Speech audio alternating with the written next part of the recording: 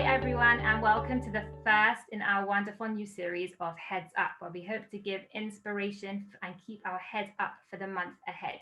So today I'm so excited to welcome our first guest on the program called Avital Goldschmidt, Rebbetzin Avital Goldschmidt, I should say. So I'll let her introduce herself in a second, but just very quickly, Avital is a Rebbetzin on the Upper East Side of Manhattan in Park East Day School, a place that I actually know very, very well because as I was discussing with Avital, prior to this, I worked in that school, which is attached to the shul, for many years when we were living in America. We know lots of common people. And in fact, her husband actually signed my visa documents for that before she knew him when we were living there. And she also is a very hugely acclaimed and well-known journalist, talking about very difficult subjects often within the Orthodox community. So today we're going to talk about lots of different topics, and I'm very excited to hear your opinions on many different things. So first of all, Avital, welcome to London. And thank you. It's so nice to be visiting. So my first question really is just about you. Where did you grow up? How did you get started? What was your life like before you became the person that we see you today?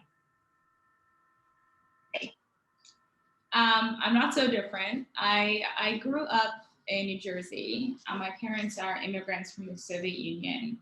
I was born there, but I grew up in a very strongly Russian Soviet immigrant home with many of the requisite stereotypes of it.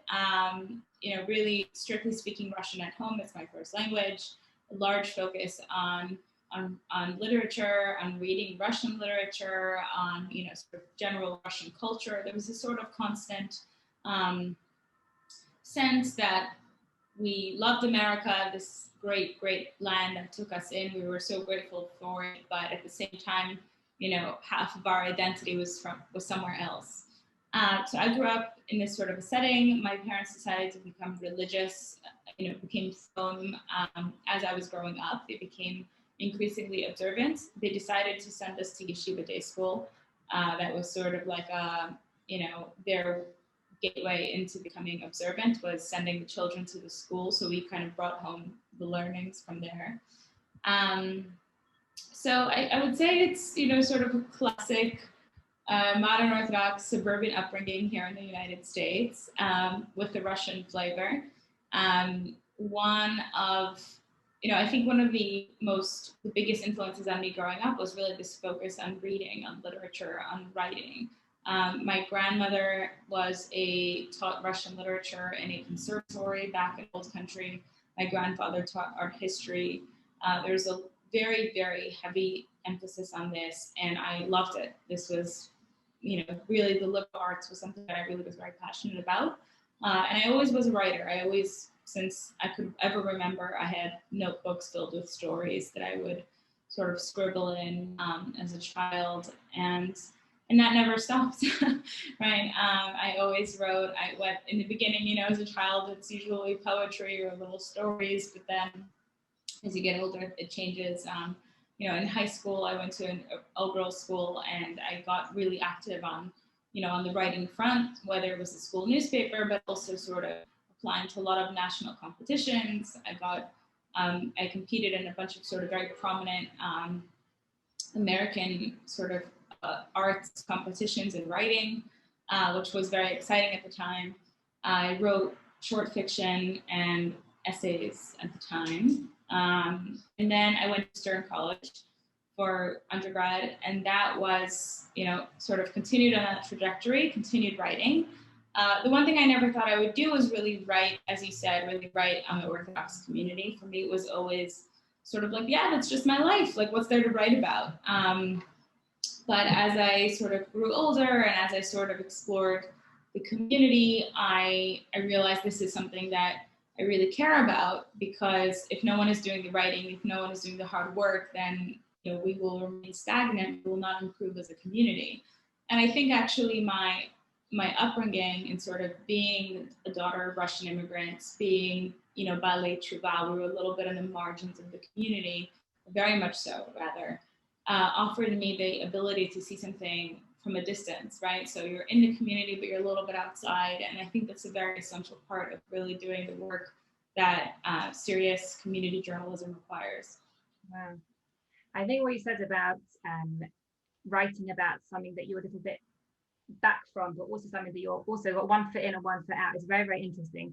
And I was wondering, I followed your work closely, and I follow you on Instagram and all the things that you post.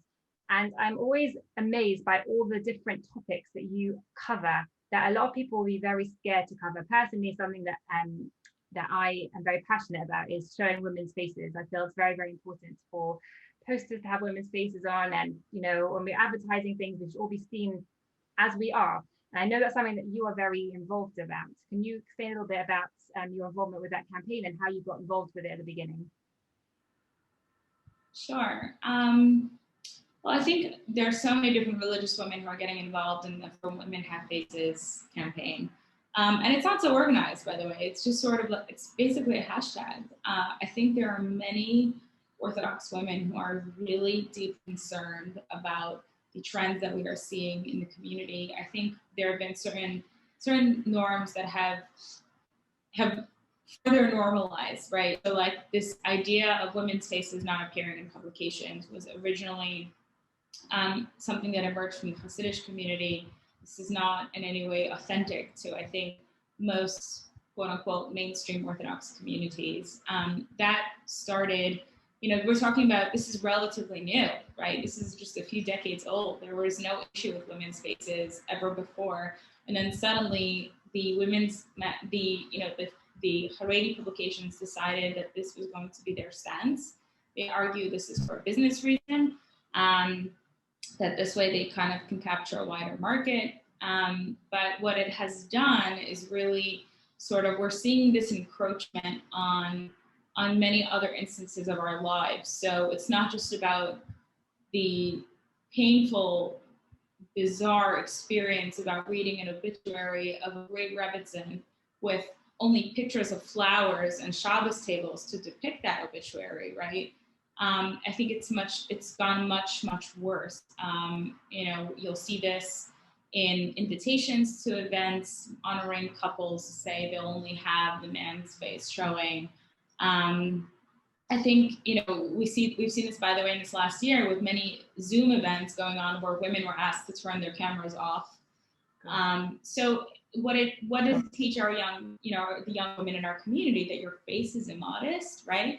We're not, and then, by the way, there is this the real irony here, which is what I've really been leaning into in my work, is that we also live in a community that is extremely obsessed with beauty, right? We have an extremely high standard that we place on our young women, but I would say, honestly, women of all ages. I know many sort of married women with many children who are struggling with the standards imposed upon them, both from, I think, secular society, but the Orthodox society has also gone into, right? How many shidduch resumes are flying around that require full body photos of girls, right? And there's a certain clothing size that is acceptable and anything that is not.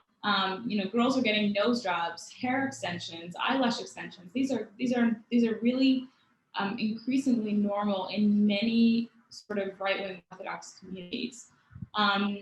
So that duality, that dissonance that we are teaching our daughters, I think is extremely dangerous. I know I'm not the only one to think that. I know there are many other women who think that way as well. I think the other interesting thing that I want to note is that the Orthodox community has grown so much here in the States in the last few decades. And in a way that it's become very fluid. So it used to be you had these sort of like really strict, rigid lines between camps about which community you affiliated with and exactly what your ideology was. And I think the internet has really sort of blurred the lines between them. So you have many people, I would say, of our generation who are, at the stage of, in our lives. I'm, married with 2 small children. I kind of grew up modern Orthodox, as I said. I became sort of more right-wing because many of the community day schools in our communities here are staffed by Haredi sort of, very right-wing teachers, because that's the community that's creating educators. So you had this major shift in our generation that flipped out. So people became much more right-wing. The boys put on black hats. They went to certain yeshivas. The girls put on tights or whatever it is, the wigs. We have certain markers of communal affiliation, right? some of us, I think many people do have some sort of education, but the point is we affiliate with a certain community. Our Torah comes from a certain community for the most part. But yet our ideology doesn't really match it, right? Like we have no issue with women's faces. So I think there's this very large gray area in the Orthodox community today, which is very moderate, right? Which is really sort of, these are people who all have smartphones, who are working professionals, who are engaged with the outside world, who are committed to Torah lives. They don't necessarily affiliate with modern Orthodox. I think the definitions in the UK are slightly different than in the United States, but sort of, So here, there's this huge group of people that are not, they don't call themselves modern Orthodox because to them it's not, sufficiently religious, but, and they see themselves as kind of Haredi, but yet these sorts of extreme ideologies that have become extremely normalized don't suit them either. So I think there's a little bit of an identity crisis that this whole campaign is sort of belying. I think it's so interesting because what you're really talking about is not defining people in boxes, not saying you are one person, you are one person. We're saying that the Torah is accessible to everybody and everyone can find their own path. And even if you like this part of this path, doesn't mean you are strictly this kind of Jew. You can also tap into some other aspects of Judaism that you like. I think we have become very much, even academically and educationally, we become very streamlined. You are in this class and you're in this sect and you're not good at maths, or you are good at maths, and this is who you are. But really, we're fluid, we're individuals, we're people, and therefore we shouldn't be boxed into certain segments of society, into certain aspects. I think it's so interesting. So obviously what you're saying is quite... Go on, sorry. Yeah, no, you're right, 100%. I mean, I think that this need to box people in, to define them, is nothing to do with religion. It's it's political, it's social, right? This is the state of the human condition, which is we come up with this ridiculous shtick that then complicates life all the more, right? This has nothing to do with actual Torah. No, right, exactly. I think so. Obviously, what you're saying, I mean, me and you both know it's totally in tune with Torah ideals, right?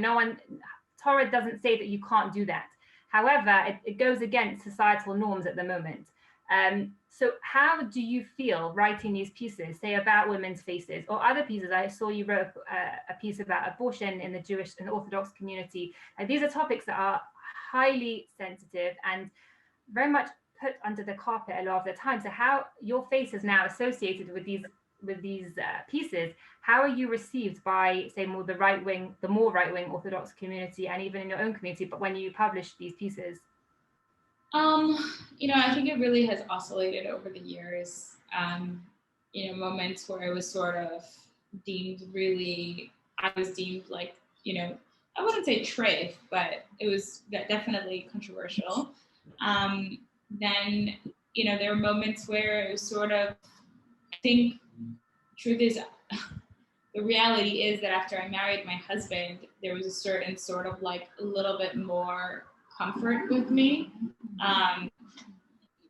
because of who he is, but also sort of like, okay, well, now she's married. She's not like a total wild card, someone is reining her in. And you're a Rebbetzin. Rebbetzin has a whole new, like, you've got a whole different perception now that you are a Rebbetzin of a shul. It's a whole different thing. Yeah. Yeah. So I think the Rebbetzin piece sort of, it complicates my life, certainly, because I sort of, but in a good way, actually, where I really have to sort of really make sure that everything I write is 1000% accurate and true, right? There's a lot of accountability that comes with it. But, I think in the more right-wing universe, sort of like, she's in Manhattan, she's not, that's all like us, right? So like, okay, I mean, whatever. I think that one thing that I've noticed, especially over the last year, doing a lot of reporting on COVID in the Orthodox community, is that there's this like the go-to strategy is usually to other someone who is speaking up to something. So to say, well, they're not truly religious. They're not really one of us. And here's why, right? So there's always an attempt to do that. And I've gone through that many times. People really, which is really uncomfortable, of course, because it becomes very ad hominem, which is really not what I want to talk about. I don't want to talk about myself. Like, I'm writing a piece about frum women who get abortions for I mean, it's always a tragic reason, right? There's always pain. It's never easy. It's not about me. It's not about me. It's not about my religious level. It's not about who I'm married to. It's not about the shul I go to. It's not about my congregants. It's not about my political views. Just listen to the voices of the women who are speaking. My job as a journalist is to really elevate the voices. And one of the issues I see in the community is that there's really nowhere for those voices to go that's sort of established and respected. There is certainly social media, which has democratized many things, but also, on the other hand, radicalized some. But overall, there's nowhere really to go. Again, the issue of publications. Our establishment publications don't have room for that sort of thing. So I've had to go to secular publications to do this work. The abortion piece got an incredible response, I think, overall, because I got many letters from rabbis, from mental health professionals in the Orthodox, from a few politicians, local politicians, who wrote to me saying that this really helped shape their understanding that this is really a complicated issue, which is really why I wrote it, right? And I wrote the piece because, when there was a lot of debate about abortion here in 2018, Roe v. Wade was in the news, and the Supreme Court decision regarding abortion. So I was seeing the way that it was talked about in the Orthodox community, and one of the things that really disturbed me was there's such a black and white discussion around it, like whether it's okay or not. Is it Judaism is one way or another? And anyone who has any understanding of halakha understands that it's, as usual, things are complicated, right? There are grays. And as a Rebbetzin, I also saw another side, which was my husband has been asked a few times regarding abortion, right? Women came to him with really difficult situations. And I knew that the reality in halacha, in halachic leadership, behind closed doors of the rabbinic study is very different from what some political voices online like to scream. So that's really why I did that story. That story was really sort of trying to shed light on a truth that I knew was true. And to I hope inspire empathy that next time someone is sitting at a Shabbos table and they're discussing abortion, like it's this distant, removed issue, to think twice, because you don't know what the woman next to you, even if she's wearing a shaitel and she has a bunch of kids, you don't know what she may have gone through. I think what's so amazing about what you're saying is that your agenda, if I can say that, is not to sensationalize the news and make it like a scandal. Oh my goodness, Haredi women or modern Orthodox women are having abortions. It's really to get the reader, all of us, to understand the nuances about every decision that people are making and how a lot of these things are not discussed. And I think that it's really incredible to hear you speaking about this. Just one more question about the journalistic side before we move on to your Rebbetzin hat. But so obviously you spoke about the Women Have Faces campaign and the abortion piece. Are there any other pieces that spring to mind that really you're very proud of that you would like to share with our viewers about things that maybe have made a change or that change people's minds about things that you would like to share with us? You probably have a sort of yeah. Well, yeah, I mean, there've been really interesting ones. I'll give you a few quick examples just because they're all so different. One of the things I really love to do in my work is to sort of spend a lot of time just talking to people, just trying to get, what are people talking about? What are the trends in the community? I think one of the issues in journalism is that we often focus on, the a la minute news. So, there's a big Hasidic wedding happening today against regulations, COVID regulations in Brooklyn, and there's a big brouhaha. But for me, it's important, someone has to do that. But my work is much more sort of like, I think I try to sort of zoom out from that extreme, minuscule moment in time and sort of understand what are the trends and what are the systemic factors that lead to this. One of the topics that I really enjoy writing about, reporting on, is actually finances in the Orthodox community. I think the economics of mesh of our daily life is really sort of untouched. And I'll give you some examples. There was one story that I did, some stories that I did that I thought were kind of very niche and yet went viral. The readership was incredible. One story was about this trend that I noticed that many women are starting to buy their wigs directly from China. Right. So instead of going to their local wig shop, right, they buy on AliExpress, or they buy, through WhatsApp. Someone gets them a contact of a lady named Cindy who's sitting in Shengdao, and you buy the same exact wig ostensibly, without the middle person, without paying the sort of premium that we pay for at a local business. So I thought it was a cute story because it's about global e-commerce and sort of this funny thing of all these religious women connecting with these Chinese sales ladies in factories, directly, which was just funny to me. But the other interesting thing was, which was really the story was about, was that, is Orthodox unaffordable? How much can the average woman afford to spend $3,000 on a wig? Right? That's a lot of money to ask from a young mother, right? I mean, it's certainly something that I have faced that question. All you want to do is just to look like yourself, right? You just want to look natural, right? And then you have to. So it was a very passionate topic, I found, for many women, and I think in a way it's also brushed aside because sort of in male-dominated spaces that determine what is and isn't talked about. There's not much room to talk about how, this is a really big part of many women's lives, sort of determining this, feeling not good about how they look, want to look better, feeling that, halakha kind of limits them. And this was their way of overcoming it, of overcoming the expense, of overcoming that barrier. So that was one element. Another element that I did was, I did a story talking to families who decided to make aliyah from the States for financial reasons, which was very interesting to really sort of explore that. A lot of young professionals and young couples sort of consider this because they understood that the yeshiva tuition cost in the States, which is not an issue, as I understand, for you guys in the UK, but here is so exorbitant. So here it's so exorbitant for a large family, that plus health insurance. Some people literally just did the numbers and decided, you know what? There are other more expensive things perhaps in Israel, but the numbers make sense for us to move. So I kind of looked into that, and that was really interesting because you had a lot of people talking about, essentially how they really want something like nationalized healthcare or, maternity leave, which is not something we really have here either.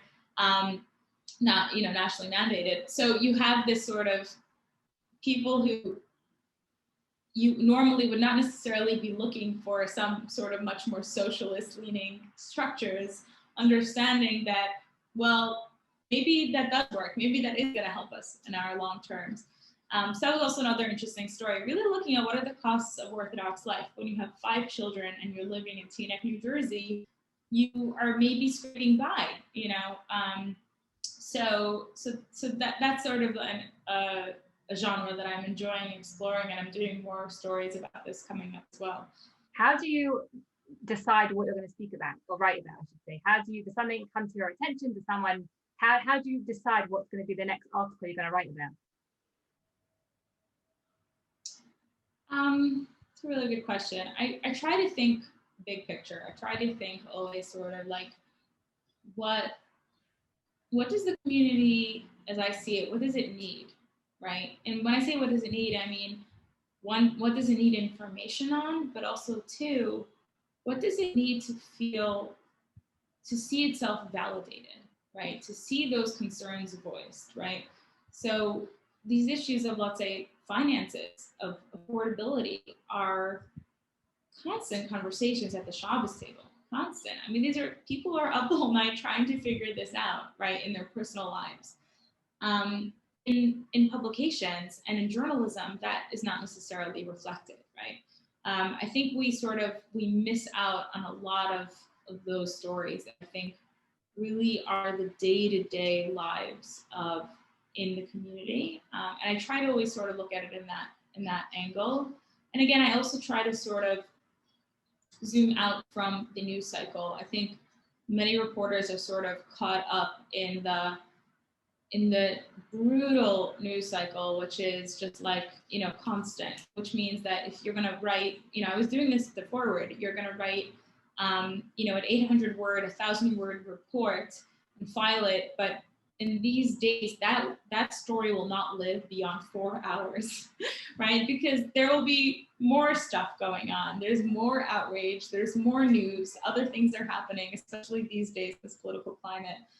It's really hard. And what happens is you end up contributing to the noise, to the chaos. And I think that in the end of the day, it is detrimental to our readers and to our community. So I'm sort of trying to take a step back from that and sort of think broadly about what stories need to be told.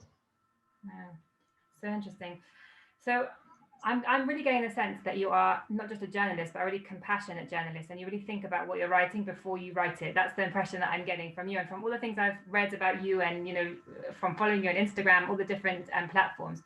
But obviously, so that's one part of your life. You're a journalist. You mentioned you've got 2 little children, and you're also a Rebbetzin of a very prestigious shul on the Upper East Side of Manhattan. So how is it for you being a Rebbetzin? Obviously, as a Rebbetzin myself, it is such a privilege. I'm sure you will agree. It's such a privilege to serve our communities. But there's amazing things, and there are also some challenges that come with the territory. So can you tell us some of the really great things that you've experienced, and also maybe some of the things that you've struggled with as being a Rebbetzin and maybe a journalist and a mother and everything else that you do as well? Sure. It's a great privilege. It is. I think I always wanted to serve communities, growing up. As I sort of became more religious, this was something for me really important. And I think also being in the city, it's a unique sort of place where we come into contact with people of all backgrounds. And I love that diversity. I think it's an incredible opportunity just to broaden the mind, but also what it does is it sort of brings us into touch with so many people who have not really had much interaction with traditional Judaism. And it is a great privilege to be able to be there with people, to give them whatever we can on their journey. And I say this as someone who went on that journey myself. So I really sort of relate to many people. I think, I'm, as I said, Russian speaking, and my husband is as well. He grew up in Moscow. And just especially kind of, getting to know Russian Jews in Manhattan who come to our Sunday school. We have a Russian program, who come on Shabbat to shul, who come to us for dinner pre-COVID and God willing soon again.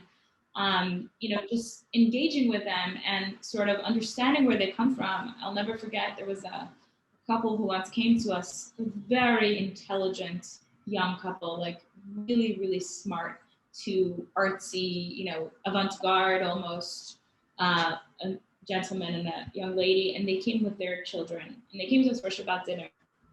And the woman, and I had met them once before briefly, so I had invited them over, and she sort of she came in with these sort of like, scared eyes, like a deer stuck in the headlights, and I said to her, pretend her name is Katya, что случилось? Like, what happened? Like, what? And is everything okay? And she's like, yeah, well, basically she told me that they had once gone to a Shabbos table the one time before they had been at a Shabbos dinner, and it was not a good experience. The rabbi screamed at them for having their phones on them or whatever. So it sort of shocked me, but it also made me realize, like, wow, this is an opportunity to really sort of show people, I think, a different way of, I think outreach is really difficult and very complicated, as you know, and I really hope, we both really hope and aspire to show people a compassionate and loving Judaism that is welcoming, that is inclusive, that is intelligent. One of the our tenets, almost, my husband and I, is that we never dilute Jewish thought, right? Which means when we are, teaching a class, a Torah class, we don't do the fluffy, 5-minute thing and like tell a story about the Holocaust that's inspiring. No, we really sort of try to bring the sources, bring the text, even someone totally new. We have so many amazing resources these days where you can literally learn the entire Talmud in English. We really try to bring people close to the text, close to the real experience of what it means to learn Torah, to grapple with it, to debate it. And that's something that really kind of guides us, I think, through our work. So that's sort of, I think, the positive things. I mean, it's hard to do this work and sort of, I think many people naturally sort of feel really good about themselves when they're doing outreach or Jewish education. They're changing people's lives. They're touching people. They were there for them in their difficult times. So I don't want to ever sort of, impose myself in that way or imagine myself to be so essential to people in any way. I think it's dangerous at times, but it has been very humbling to be there for people and to learn with them. I've done, I really try to focus on the women's programming as much as I can. So pre-COVID, I had a wonderful group of a bat mitzvah mother-daughter learning program who would come to me for Shabbat an afternoon, and we would learn together and discuss various issues relating to teenage, kind of questions, friendship, body image, these sorts of things. That was an amazing experience. Learning with brides is an amazing experience as well. Taking a bride to do a tour of the mikveh is amazing. I've had so many women who never heard of it. Their mother, their grandmother, no one had gone before. This was the first time in many, many generations in their family that someone was going for their wedding.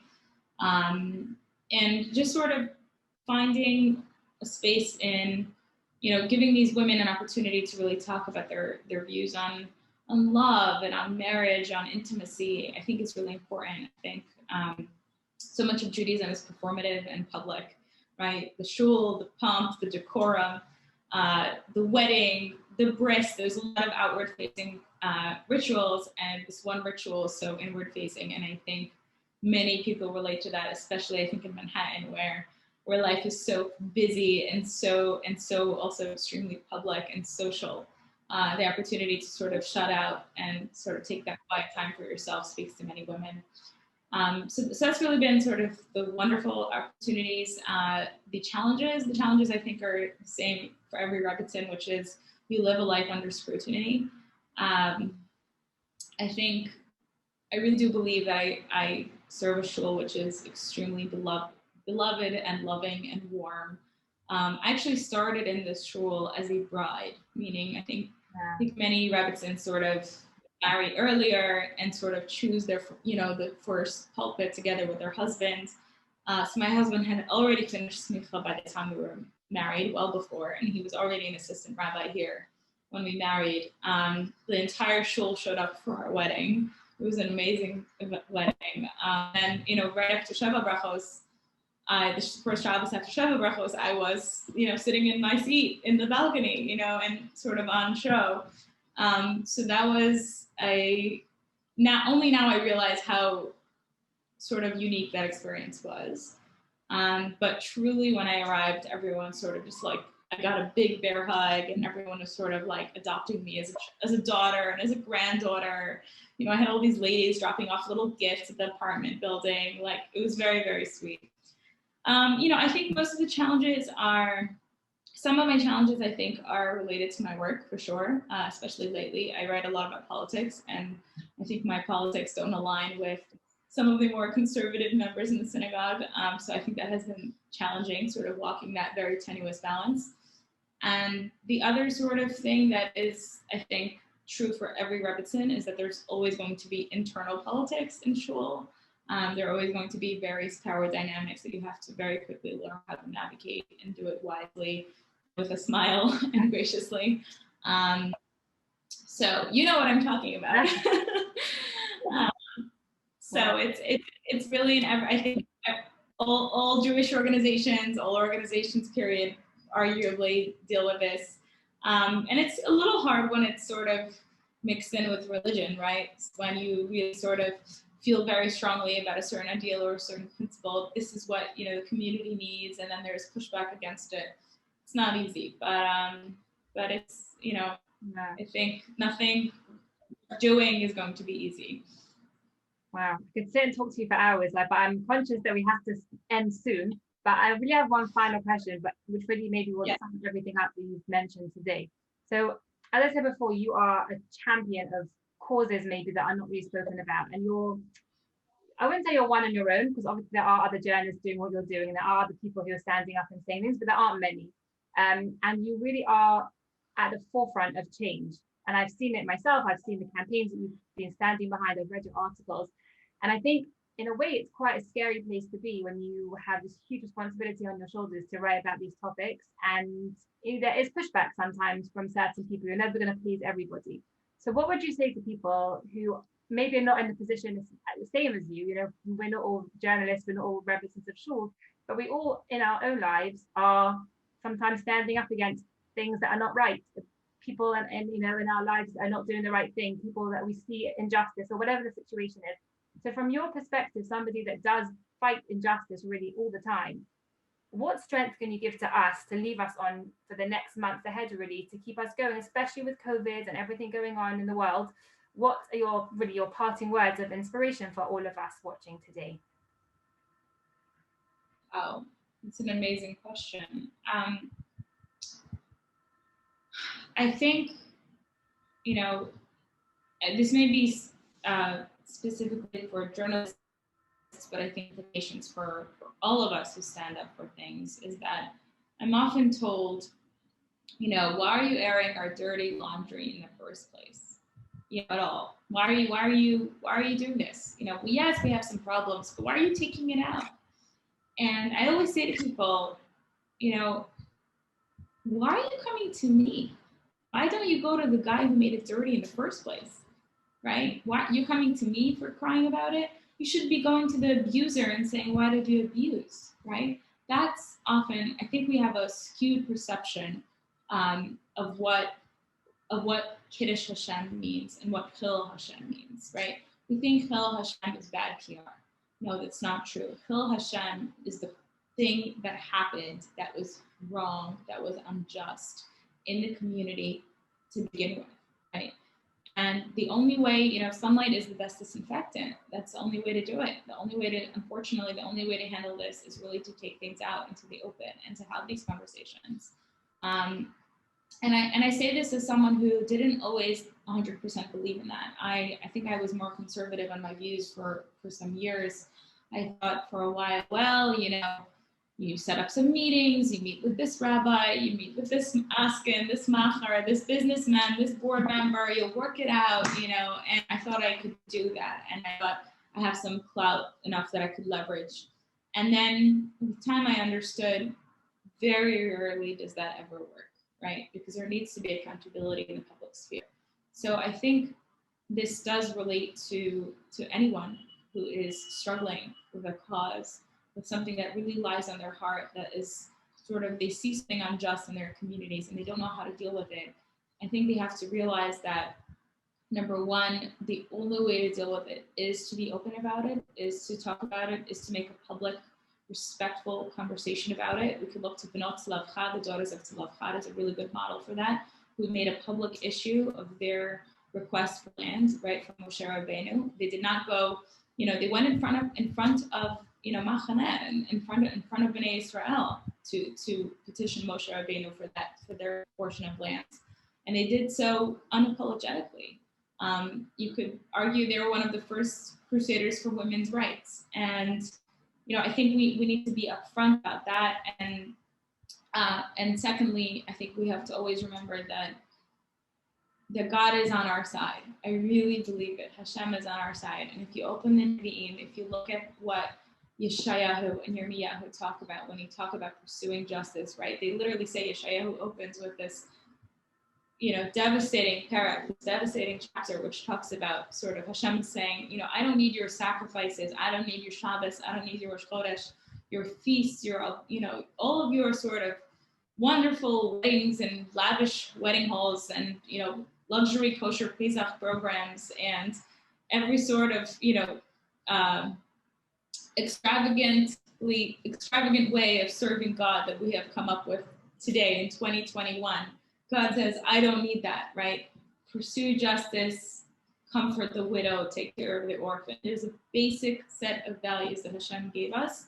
And I think we often forget about that. And our role, I really believe, especially after COVID, after this dark, dark year, our role is to really remind ourselves and our communities of what those values are. Wow. Thank you so much. I am truly inspired by talking to you, Avital. Thank you so much for giving your time to us and our community. And I hope to speak to you again very soon. And to everyone watching, thank you so much for joining us, and join us next month for the next installment of